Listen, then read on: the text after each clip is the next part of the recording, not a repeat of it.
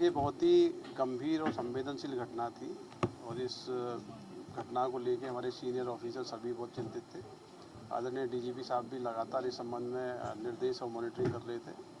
IG साहब के द्वारा लगातार इसकी मॉनिटरिंग हो रही थी और हमारे लिए चुनौती ये थी कि इस घटना में जो आरोपी संलिप्त हैं उनको कितनी जल्दी गिरफ्तार करके केस को वर्कआउट किया जाए।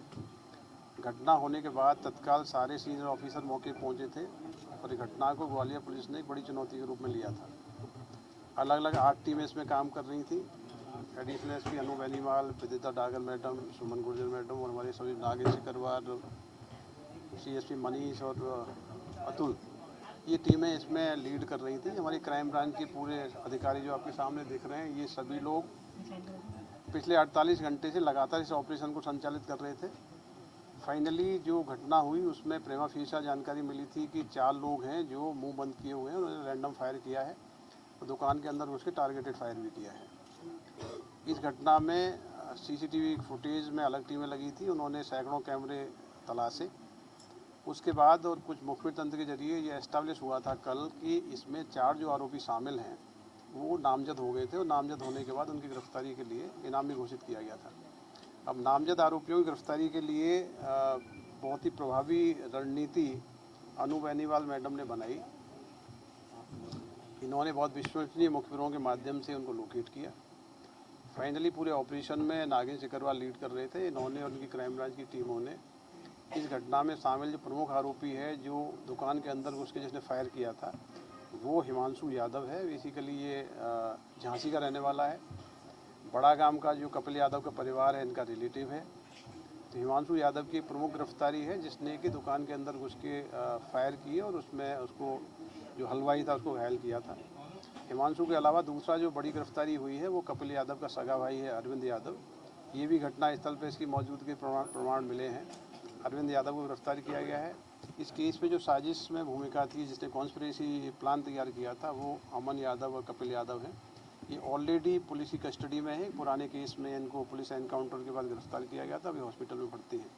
तो ये 4 प्रमुख आरोपी इस केस में अरेस्ट हुए हैं। इसके अलावा जो पुरानी वारदात हुई थी उसमें भी एक अमित यादव नाम के व्यक्ति को, इन्हीं के परिवार का व्यक्ति है, उसको गिरफ्तार किया गया है। इन दोनों घटनाओं के संबंध में 5 महत्वपूर्ण गिरफ्तारियाँ पुलिस ने भी की हैं।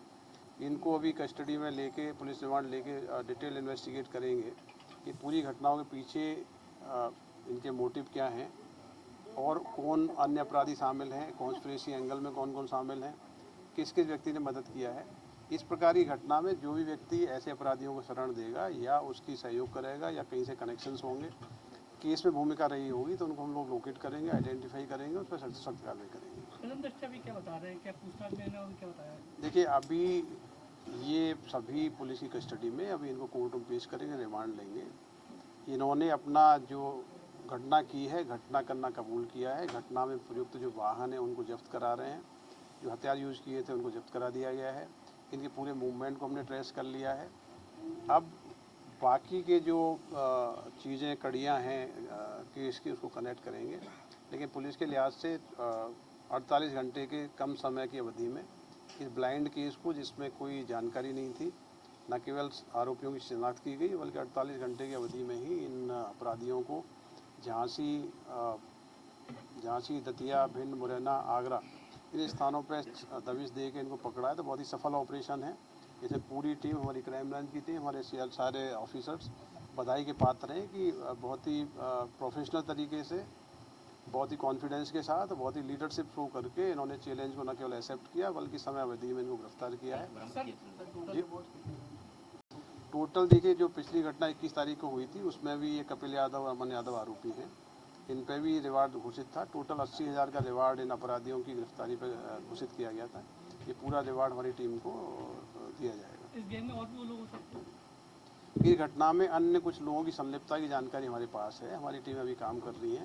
मैं पुनः यह कहना चाहूँगा, इस गैंग से संबंधित या घटना के संबंधित जो भी आरोपी है या कोई ऐसा व्यक्ति है जिसकी किसी प्रकार की प्रत्यक्ष या अप्रत्यक्ष भूमिका इस घटना को कराने में रही है, ये सख्त कार्रवाई करेंगे। व्यापारियों का जो हित है, व्यापारियों की सुरक्षा, उसके लिए पूरी पुलिस विभाग पूरा चिंतित है।